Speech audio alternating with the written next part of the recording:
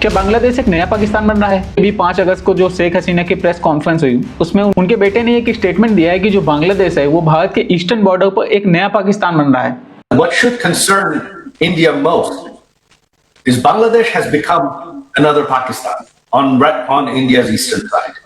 You have another Pakistan today on your eastern front. उनका इसके पीछे आर्गुमेंट ये है कि जब 2024 में शेख हसीना को बांग्लादेश छोड़ के आना पड़ा, उसके बाद से वहां पर इस्लामिक रेडिकलाइजेशन बढ़ने लगा है और जो इस्लामिक रेडिकल ग्रुप थे जो पहले एक्टिव नहीं थे शेख हसीना के शासन के समय, वो एक्टिव हो गए हैं, जिसकी वजह से वहां पर डेमोक्रेसी खतरे में है। क्योंकि जब शेख हसीना का शासन होता है तो भारत और बांग्लादेश के संबंध काफी फ्रेंडली होते हैं। अब चूंकि वहां पर शेख हसीना का शासन है, इस्लामिक रेडिकलाइजेशन बढ़ रहा है, इसकी वजह से वहां पर एंटी इंडिया सेंटीमेंट भी बढ़ रहा है। तो ये जाहिर सी बात है कि कोई हमारा इमीडिएट नेबर जहां पर एंटी इंडिया सेंटीमेंट बढ़ रहा हो, जहां पर इस्लामिक रेडिकलाइजेशन बढ़ रहा हो, तो जाहिर सी बात है कि वो भारत की इंटरनल सिक्योरिटी को चैलेंज करेगा, भारत की जो बॉर्डर सिक्योरिटी है उसको चैलेंज करेगा।